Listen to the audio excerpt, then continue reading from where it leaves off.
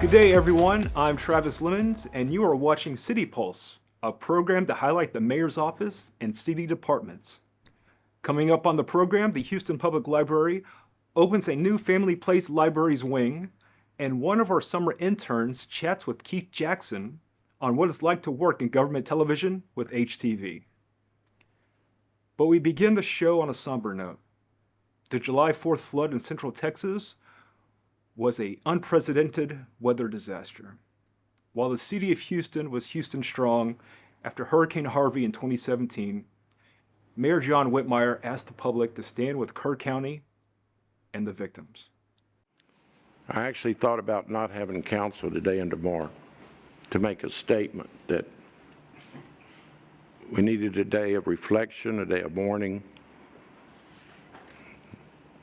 but having been contacted by some officials and families, it was best to go forward with our work and respect their privacy. And I would ask everyone to do so. There are still individuals lost. I do think it allows us an opportunity to unite as a city in mourning and recognize how blessed we all are to be with our families, our grandchildren, when people are suffering such unimaginable loss. I've made it very clear to the Kerrville and state officials that Houston stands ready. HBD has a 12-man and lady team ready upon notice that they're needed.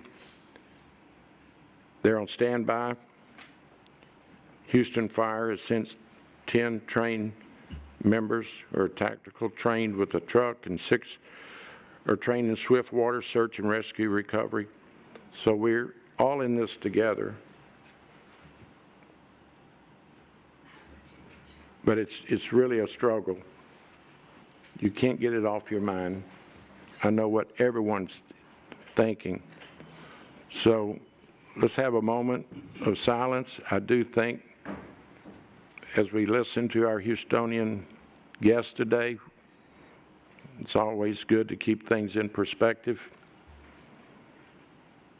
because we've got some Houstonians that have lost the most precious thing in their life. So let's pause for a moment and reflect and realize that this is not a time for division, but a time of unity for our entire city, state, and nation.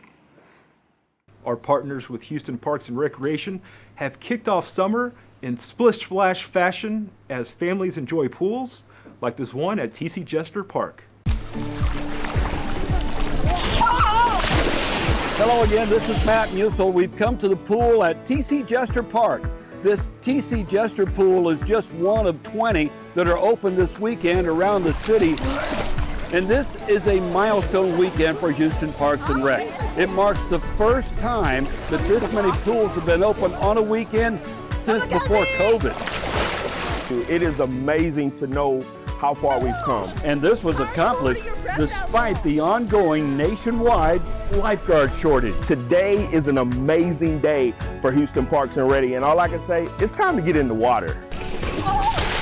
There's a lot of other kids here. There's not that many kids in my neighborhood, so I get to socialize with other people. Deputy Director Prentice Collins arrived at Parks and Rec just 10 months ago, and he was the one who led the charge for increased recruiting and effectiveness in the aquatics department. We sat down, we planned, we figured out the best systems possible to recruit the best lifeguards possible, and here we are. This is cool and it's free, so it's the perfect place to be here. You made it! See, I did it! I did it! I'm in the pool! And one of the shifts that took place in recruiting strategy was to offer lifeguarding jobs to 15-year-olds for the first time ever. I like the idea of expanding the net to the 15-year-olds, but I want people to realize it's not just the 15-year-old.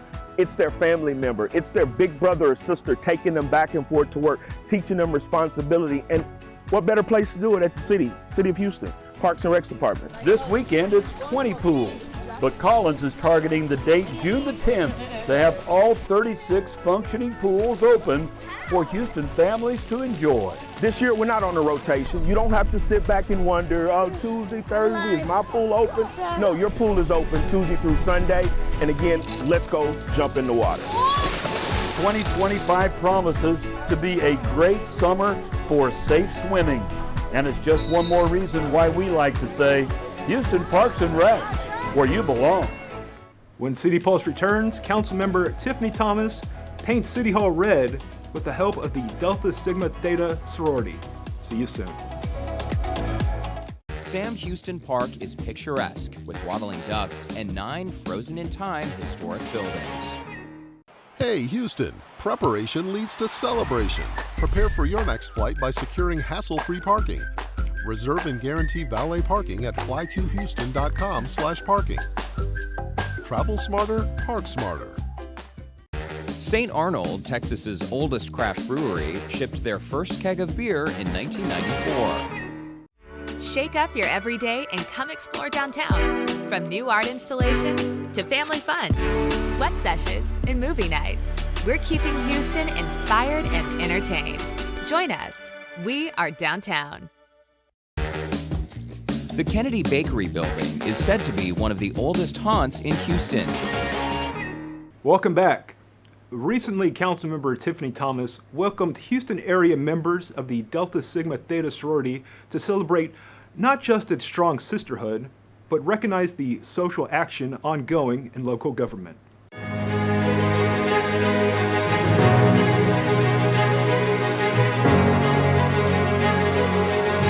Today we stand in this chamber not just as visitors, but as informed, powerful women deeply invested in the decisions that shape our city.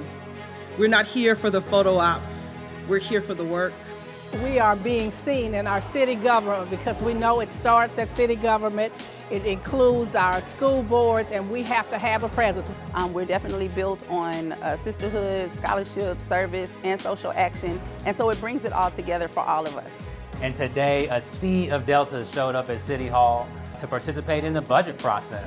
But we had so many Deltas here who were paying attention, who were asking tough questions, and being a part of the process.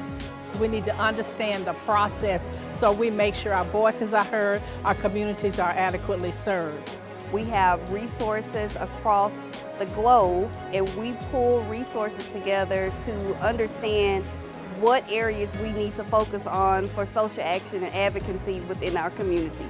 Because we are the community, we represent the community. We have 7 alumni chapters, 3 collegiate chapters, but all of the members of those chapters make up multiple and different parts of the city of Houston.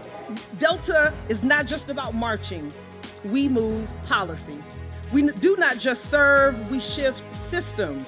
And we don't just show up, we show out with strategy, substance, and solutions. We know this stuff. This is what we do. But it's useless if it dies and only lives with us, right? What I enjoyed the most about today was being able to actually sit in on the sessions that were going on. And I think the most important thing is making sure that our members are engaged and being a part of everything that we do in our community, for one another, for our sisterhood. I think that we will continue the 112-year legacy that we've already established. The best part to me is just being a Delta woman and knowing that it takes 2 hands to do this work. As you know, democracy is a team sport. It requires all of us to make our voices heard, to participate, to engage, to be active. Therefore, I, Councilmember Tiffany D. Thomas, on behalf of our mayor, hereby proclaim May 20 of 2025 Delta Day.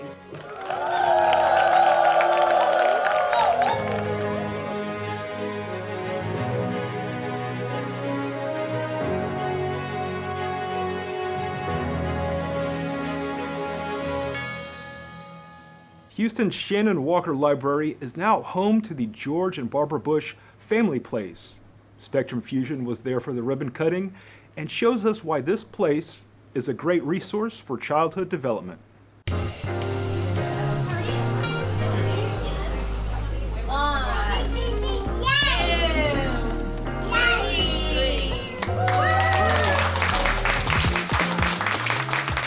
Research shows that a child's brain is 80% developed by age 4. So family place libraries is key because it really helps to educate and bring to light this early brain development and the importance of early learning. If more kids could enter kindergarten ready to learn how to read and on pace with developmental milestones, then they will be more likely to have success into their educational journey and in life. I think this is a great space because obviously we know Houston gets hot. This is a great way to escape the heat. We have a kid that's 6, or a daughter that's 6, and a boy that's 2. So it gives me the opportunity to engage with them, learn with them, kind of, do it hand by hand, and that's important to me.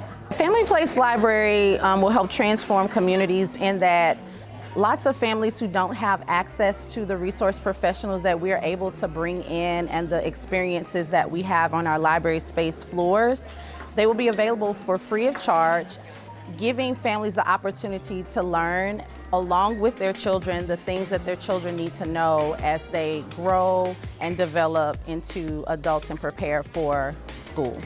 Getting them prepared for kindergarten academically. And it's so important to reach kids at this early stage between birth and 5 years old so that they can be prepared for kindergarten, for success in school and life. And we know that if they are successful in school, that will also reduce income disparities later in life. So it's something that we've focused a lot on for 22 years at PNC. We have a $550 million commitment to early childhood education. And it's coming to life here in Houston by supporting families, caregivers, early learning centers, and anything that promotes family engagement. I think there's a great need for families to be supported right now. And so donors really need to pay attention to literacy rates, what families have access to, underserved communities, because these are all opportunities to give back to the community so that we can build our young children for a better future. Finally, Kaci, one of our interns this summer, wanted to know what it is like working for a government television station. So here she is with a quick Q&A with HTV's Keith Jackson. I work at a government office, so I'm gonna be as honest as as you can, right? Full of laughter, energy, and fun, Keith Jackson definitely loves his work. What is your job title here in the department? I'm like HTV producer, editor, photographer. Keith has been here since 2013 and has seen a lot, especially in this current environment. When you cut back on staff or staff retires, then obviously you have to put a little bit more on your plate. So, now I'm doing a little bit more social media stuff, which before I didn't do, but that's pretty much the only addition. I still do all the other things I'm required to do. The rise of streaming services and social media usage is making waves in the industry, prompting media professionals everywhere to adapt. How do you think the rise of streaming services has affected your role?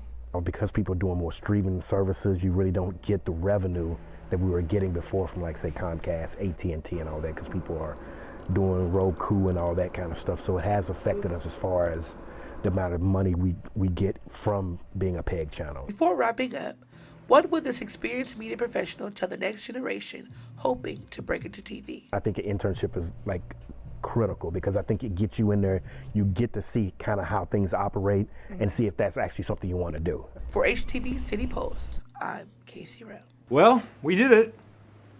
Not only have we put a bow on another episode of City Pulse, but we hit a milestone. 50 episodes with me as your chauffeur. Or is it Uber driver? Either way, please give me a good rating. For HTV Houston Television, Houston Parks and Recreation, Spectrum Fusion, and the City of Houston, this is Travis Leamons. Until next time, please find fun ways to stay cool this summer. And as always, remember that we can always do better, and kindness is free.